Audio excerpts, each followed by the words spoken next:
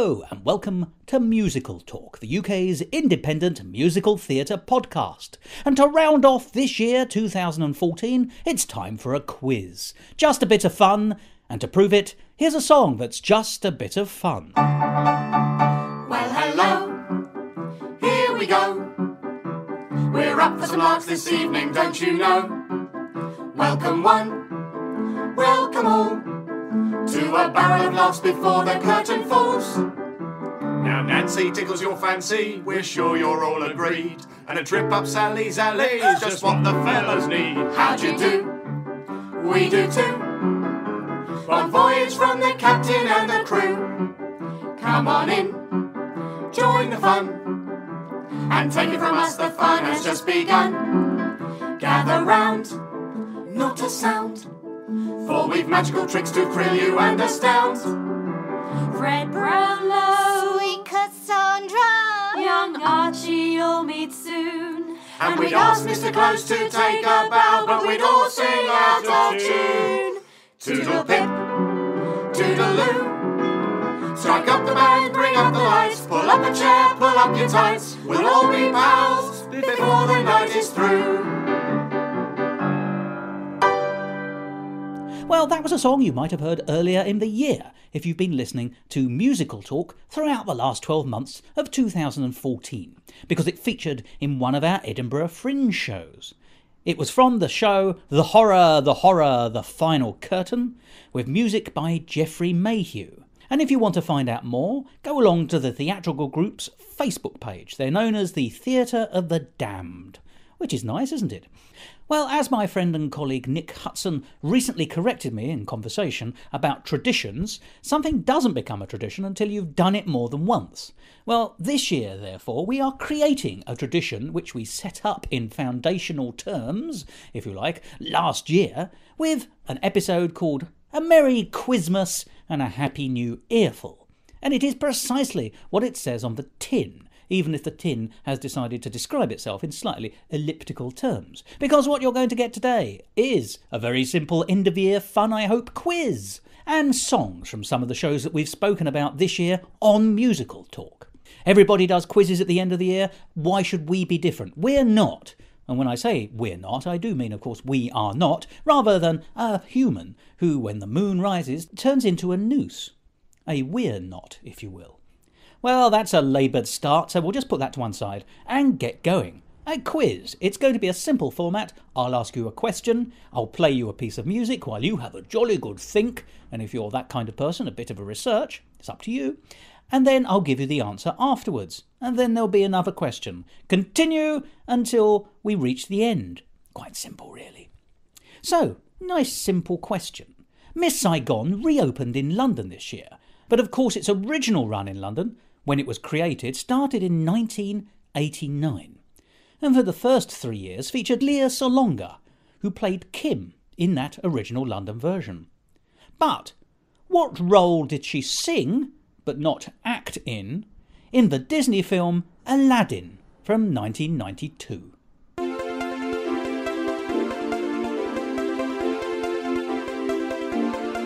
I'm on an all-time high. Whenever we're together, I just reach for your hands and I can touch the sky. I'm on an all-time high. So give me all your love and don't let the feeling die. I'm on an all-time high.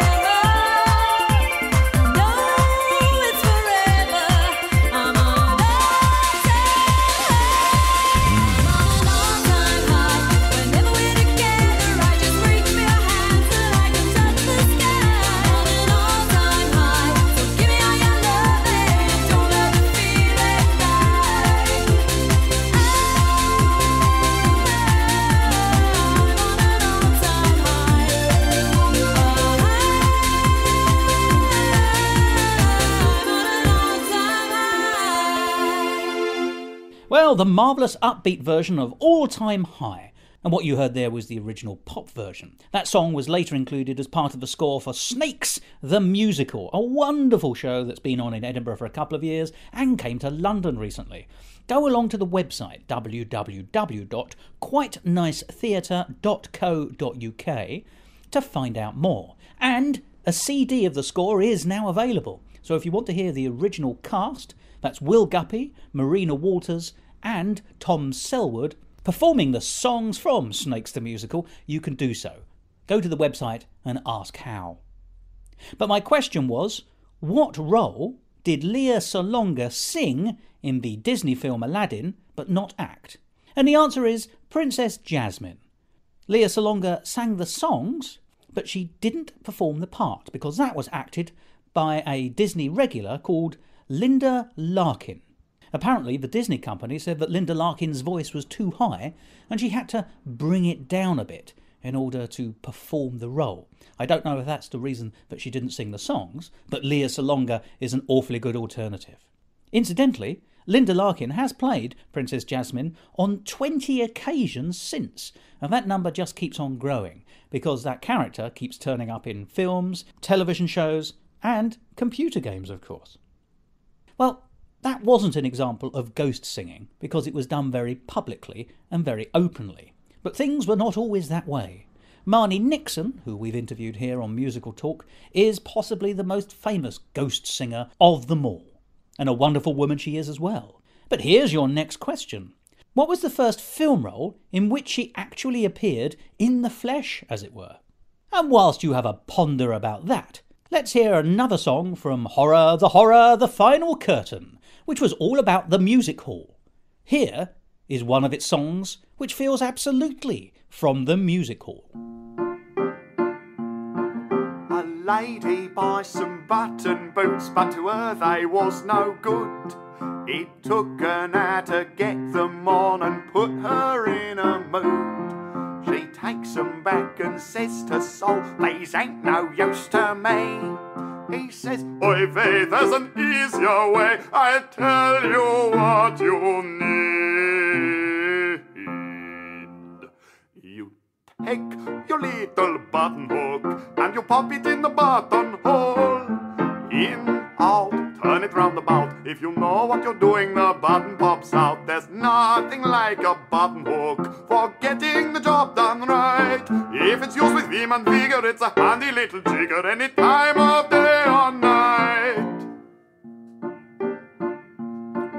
The parsons with the newlyweds trying to set them straight, talking about the birds and bees and getting in a state.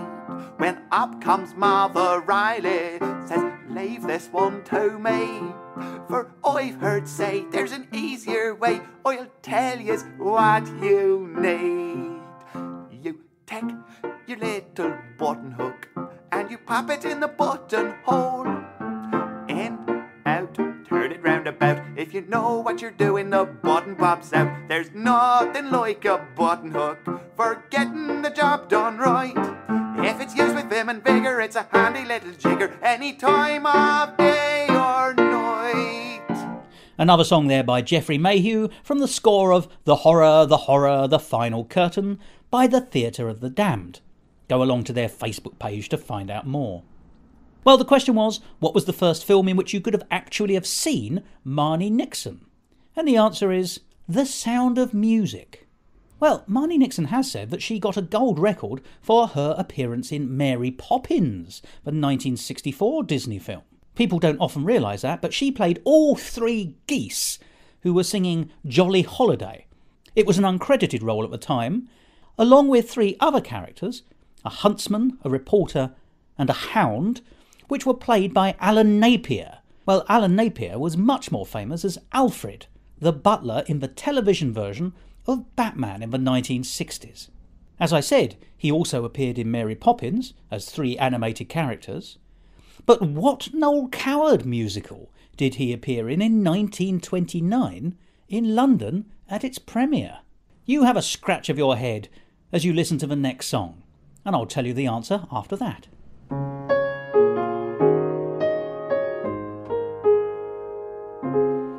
He's on our screens at least 3 times a week. An authoritative style with a voice that's unique. He's not an actor, doesn't sing, and soccer's not his game. So how is it women weaken at his name?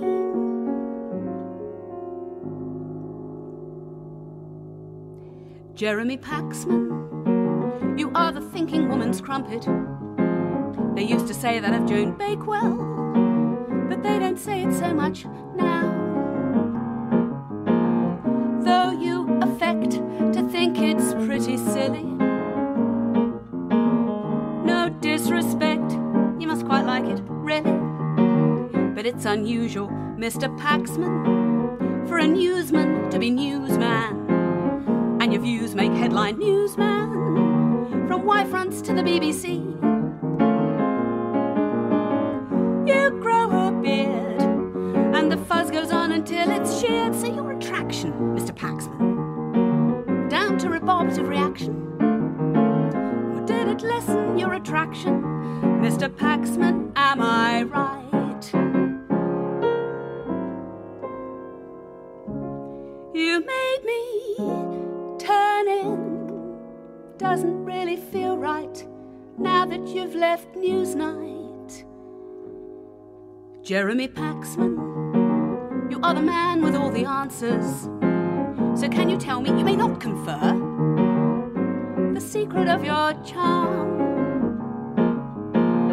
That crisp veneer that's forthright, brusque and rude conceals its clear, a man much misconstrued. For here's a poser, Mr. Paxman, if your name's taken from the Latin, come on, you're an excellent cats man. It translates as man of peace. Some say you're shy, but the sharpness of your tongue could make a grown man cry, Mr. Paxman. Your manner stops us in our tracks, man. The doyen intellectual axeman, Mr. Paxman.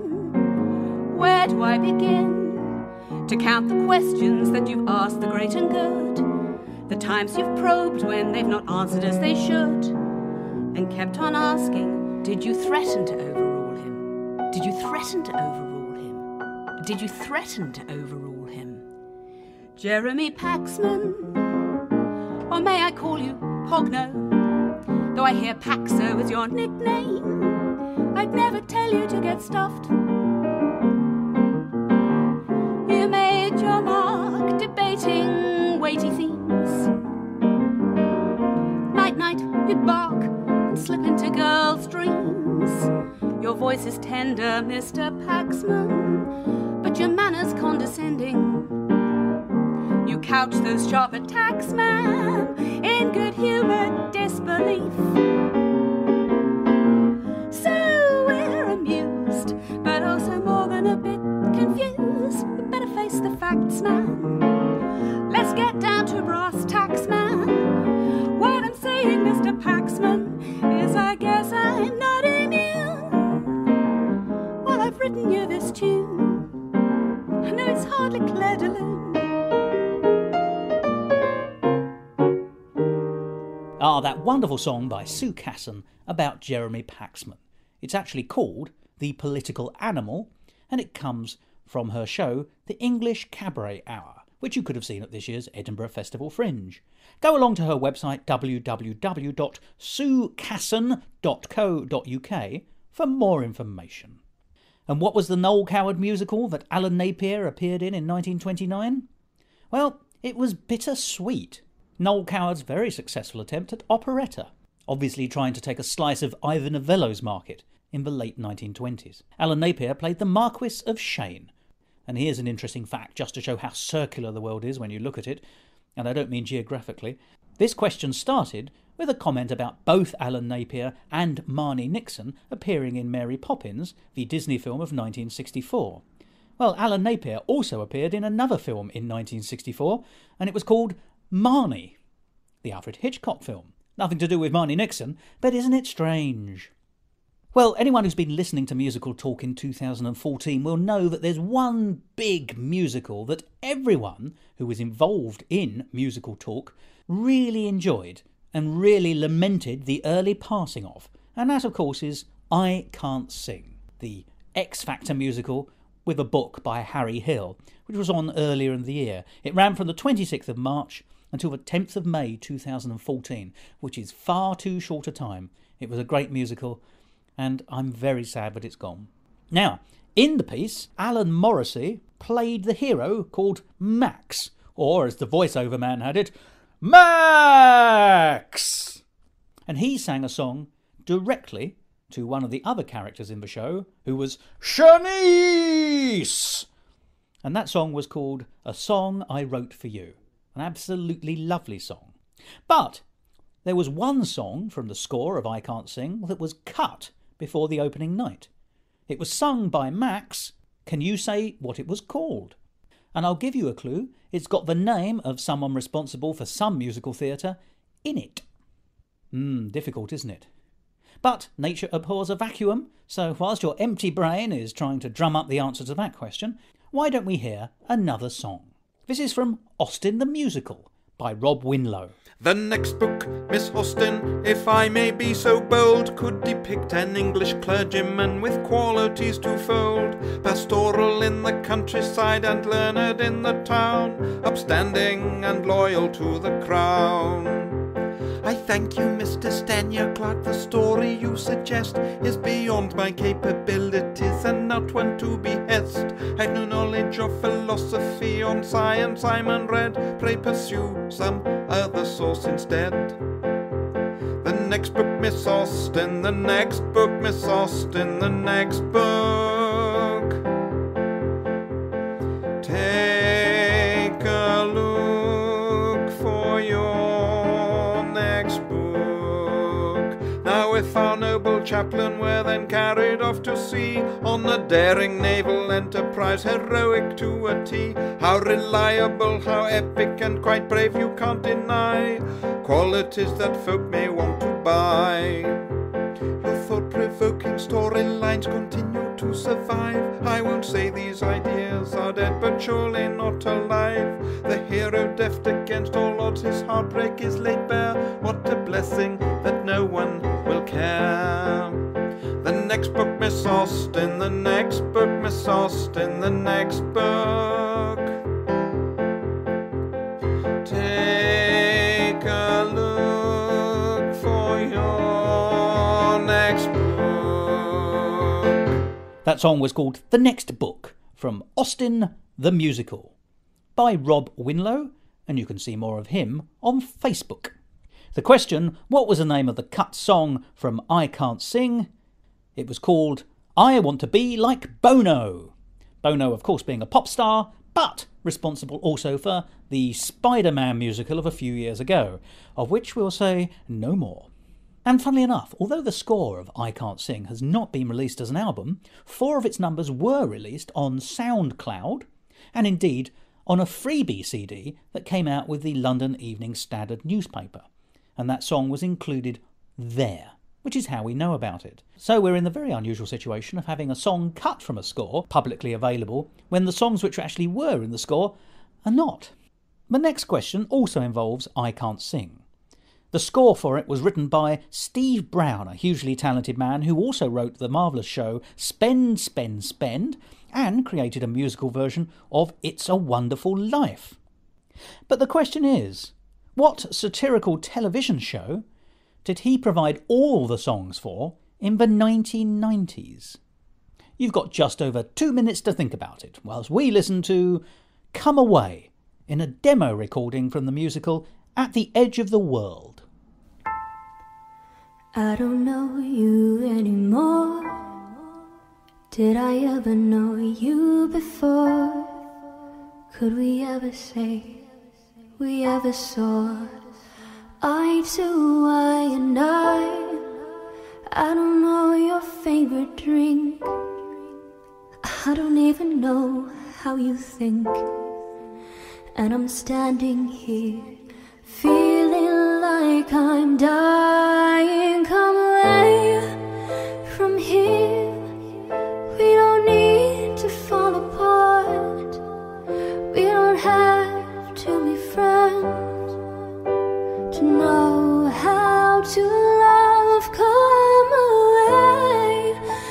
here.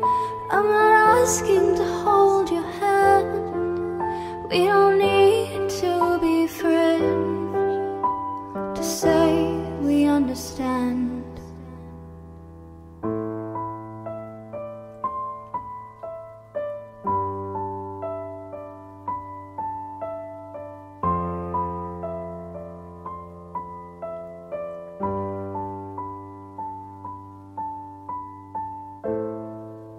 I'm losing time.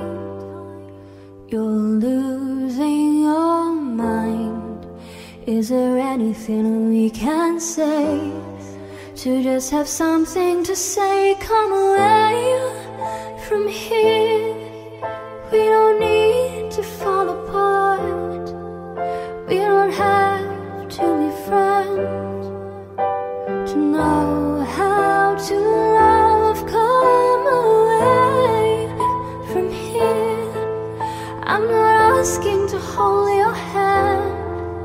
We don't need to be friends to say we understand.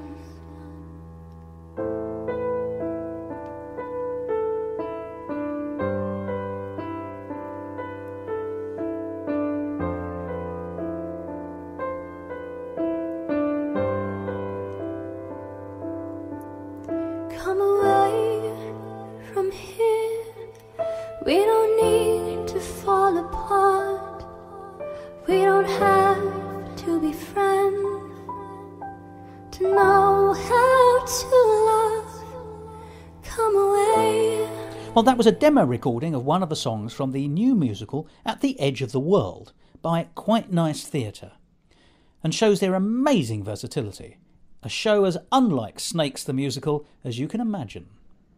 And the answer to the question, what was the satirical television programme that Steve Brown wrote the songs for in the 1990s? Well, the answer is Spitting Image. But you might say, well, hang on a minute, Philip Pope famously wrote the songs for Spitting Image. Well, yes, he did. He wrote them in the 1980s. When the series made it into the 1990s, it was Steve Brown who came up with the topical songs. Next question.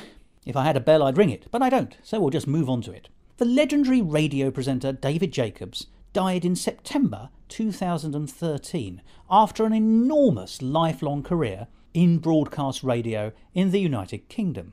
He was a great fan of musical theatre. In particular, he championed Mac and Mabel, which was not a great success when it originally opened. He was also evangelical about the song I Love You Samantha from the Cole Porter musical High Society. Such was the legendary status of David Jacobs that they haven't got one single person to replace him.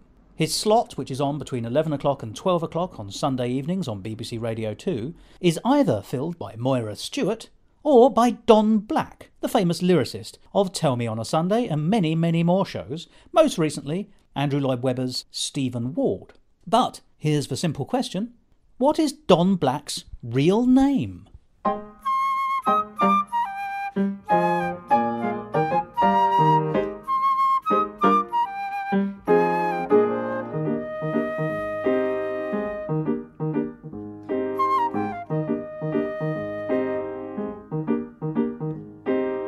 Who shall we see today at Celebrity Cafe? Who's going to pass this way and pop in for a takeaway? Cappuccino incognito, here's the place to see and to be seen. Oh, why don't you sit and stay just while the hour away, passing the time of day at Celebrity Cafe. Here's the place where people go if they're known or in the know. Steam and chatter soundtrack with ooh la la la la la. Snatch a natter amid the clatter. All of us, of course, are in the gutter, but some of us look at stars.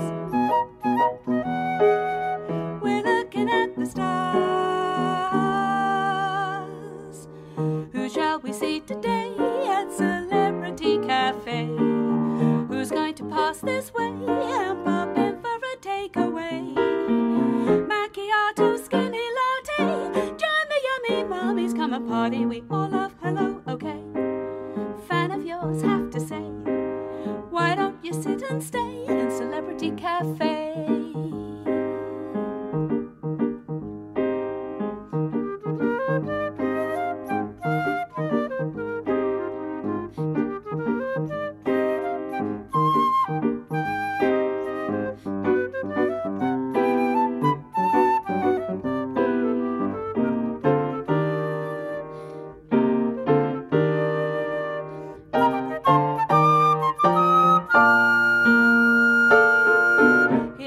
place where people go if they're known or in the know. Steam and Chatter soundtrack with ooh la la la la la. Snatching at amid the clatter. All of us, of course, are in the gutter, but some of us look at stars. We're looking at the stars. Who shall we see today at Celebrity Cafe? Who's going to pass this way at Celebrity Cafe?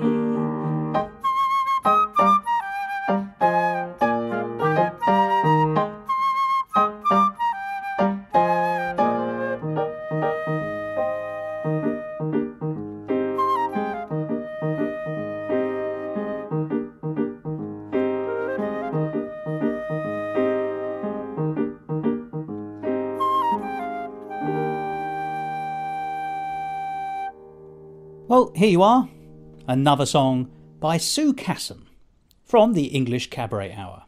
And what is Don Black's real name? Don Black's real name is Donald Blackstone. Next question. Don Black was raised in Hackney in East London.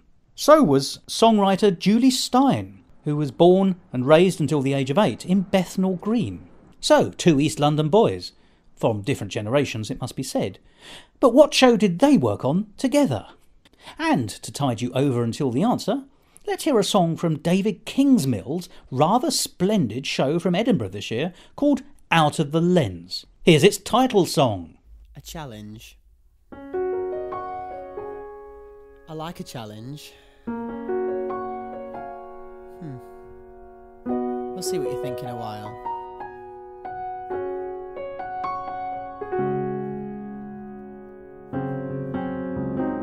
Distant. You are so very distant.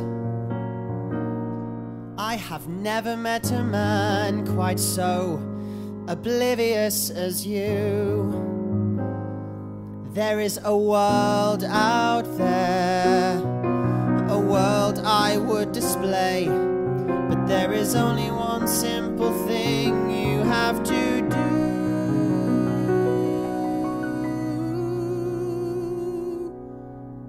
Look up and see the world I want to show you. Look up and let me take you by the hand.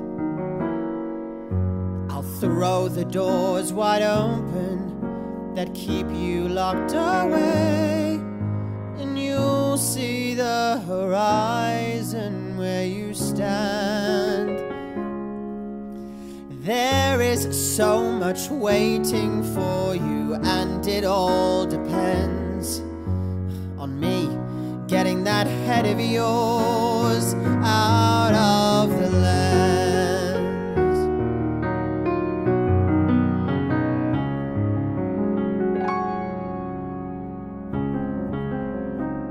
Gentle, you are so very gentle. You just need the courage to step forth from darkness into light.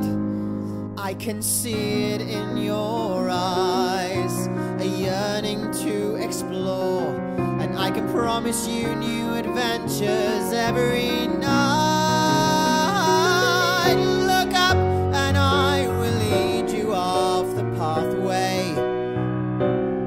I'll take you to a place you do not know.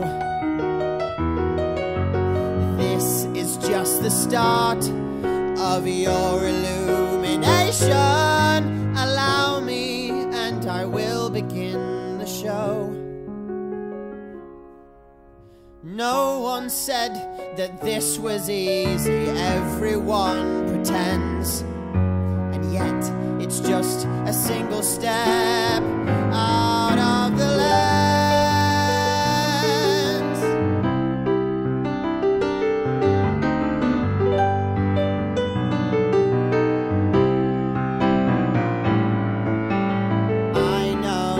You want to, but it's just that you're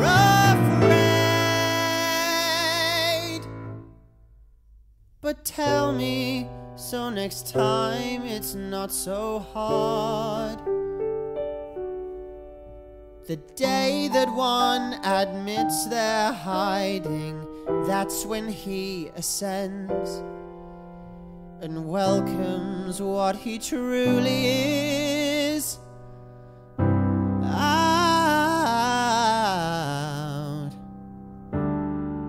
Out of the lands.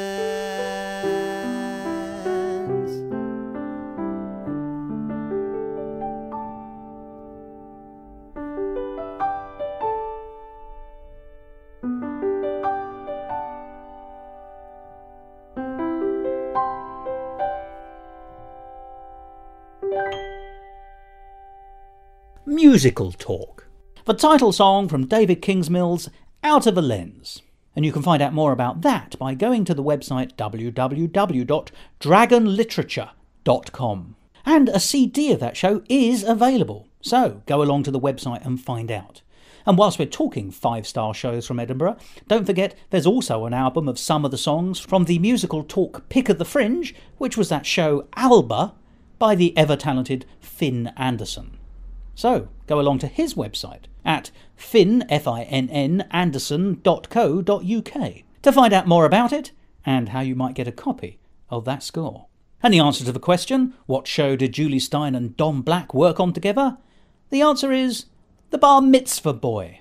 Now, Julie Stein actually started as a child impressionist, and as a small boy he performed at the London Hippodrome off Leicester Square, where he did a series of impressions including Sir Harry Lauder, who was a famous, possibly the most famous, music hall star of the period.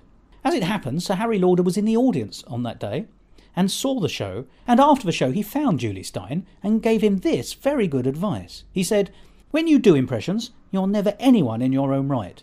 Do something of your own. Learn piano or something." Well, Julie Stein took those words straight to heart, learnt the piano, became a composer, and then wrote Gypsy. We have a lot to thank Sir Harry Lauder for. And so let's have a question about him.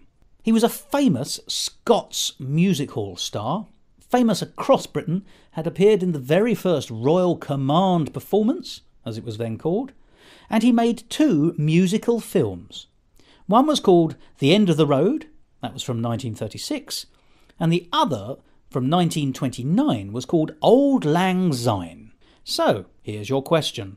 What was unusual about that film, Auld Lang Syne? And whilst you gibber on the carpet, rolling back and forth without a clue, desperately trying to summon up an answer to a relatively simple question, brackets, it's not really a simple question at all, but I'm trying to make you feel bad, close brackets. Here's a song. It's from the adaptation of the Sweeney Todd novel, Sweeney Todd and the String of Pearls, and you could have seen this in the show called Sweeney Todd and the String of Pearls at Edinburgh this summer.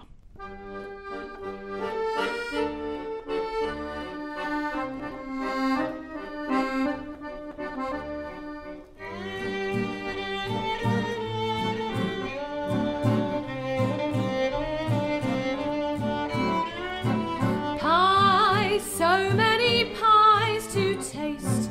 Steak and ale, kidney, make sure there's no waste. A whole nest of blackbirds are baked in these pies. So sit down, my lovelies, and give them a try.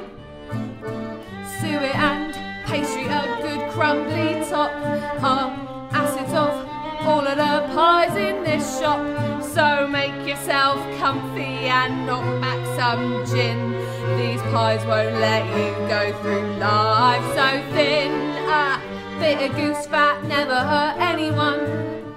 Of greens and mushrooms I've always been fond, but the truth is I love a good slab of thick meat, and this you can have if my pies you eat. Pies, so many pies to bite. Pies that will fill you top full with delight. So take a big mouthful and swig back some ale, and your stick-like legs will stop looking so frail. The ingredients acquired through my secret means. Pies are before you with a dollop of beans, and if you don't like it, well, out you can go. A pie is a pie, how could you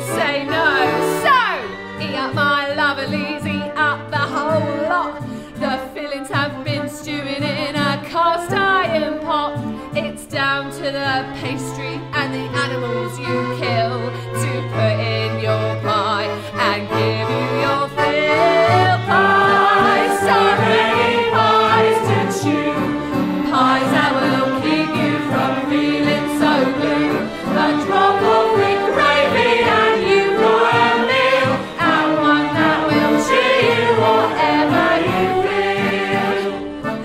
La la la la la la la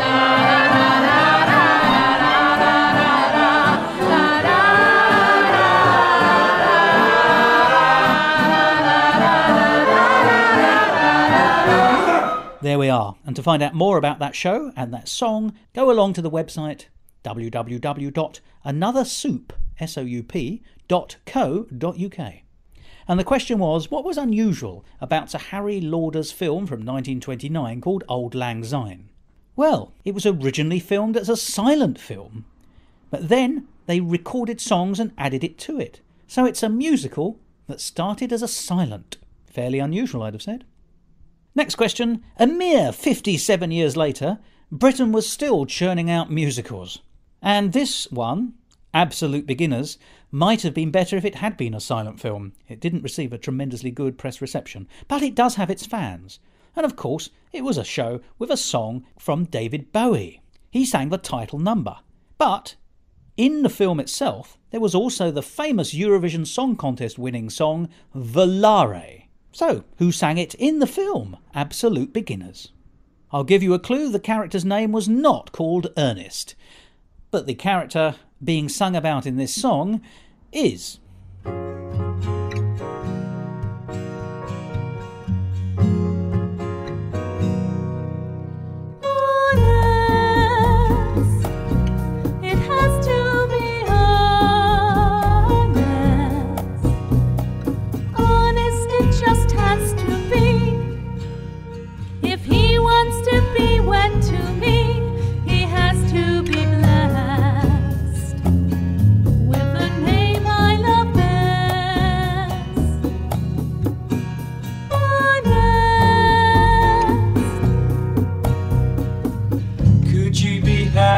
With someone called Bill. No, I think that would make me quite ill. Could you be happy with someone called Guy? No, on the whole, I would much rather die. You know my request. I can't settle for less.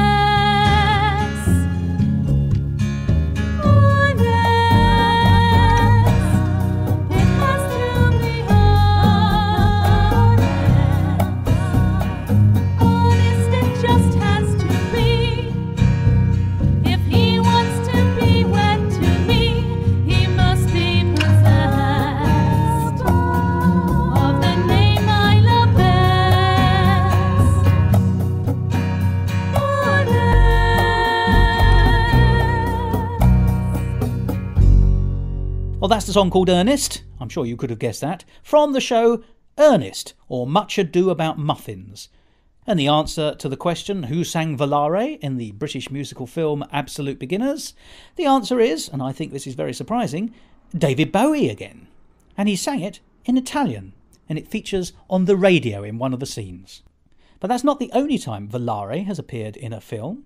It also turned up in Woody Allen's directed piece To Rome with Love from 1992. But Woody Allen did actually direct a musical film. What was it called? And as we're talking about cinematography, let's have another song from the show, Out of the Lens. On a morning a day ago, everything was slow, and I didn't have inspiration or resolve. Now I'm getting back to work, not allowed to shirk, 'cause I'm forcing my lethargy to dissolve. When the creative spark alights, then I begin to set my sights on a target in the heights of my ability. With my camera in my hand, I can do what I planned. It becomes becomes a goal and a possibility. But despite the way I'm feeling, I'd still have the blues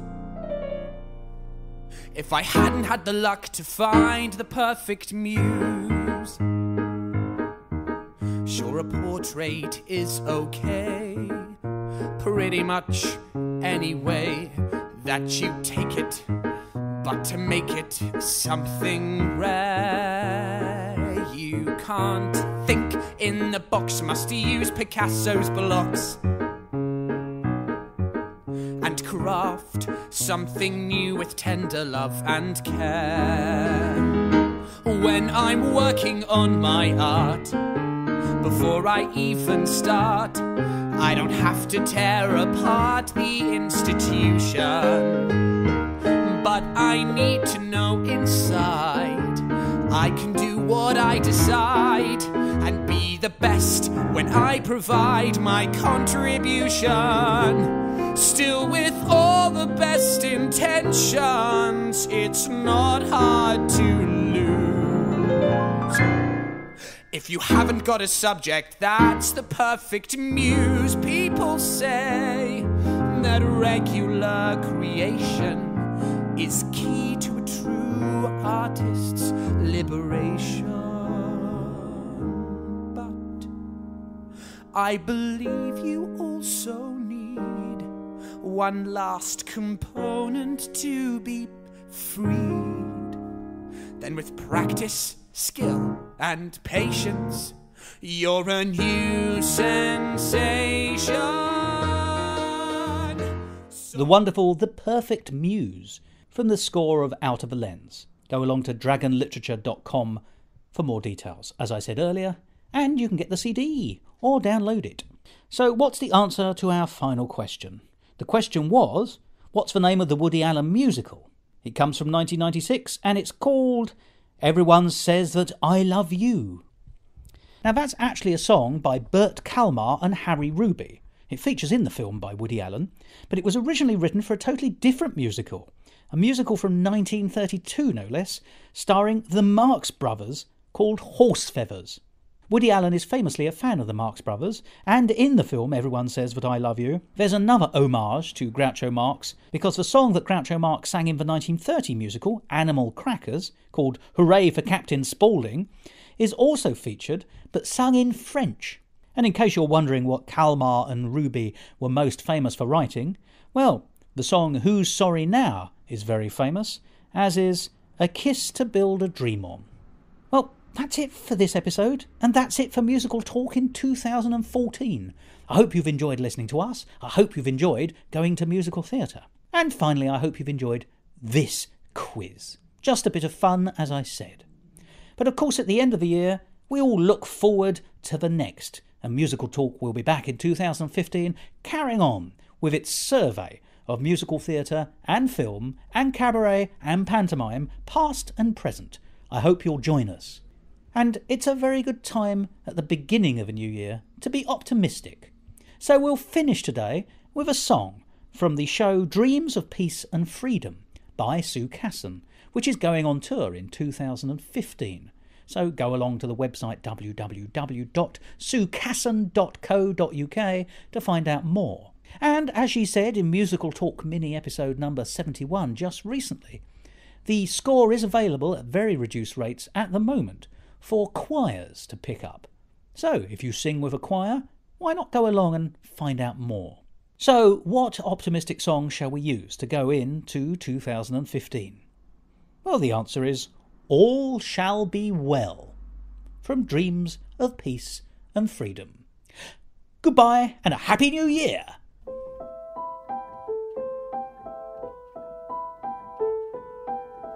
All shall be well, and all shall be well, and all manner of things shall be well, all manner of things shall be well.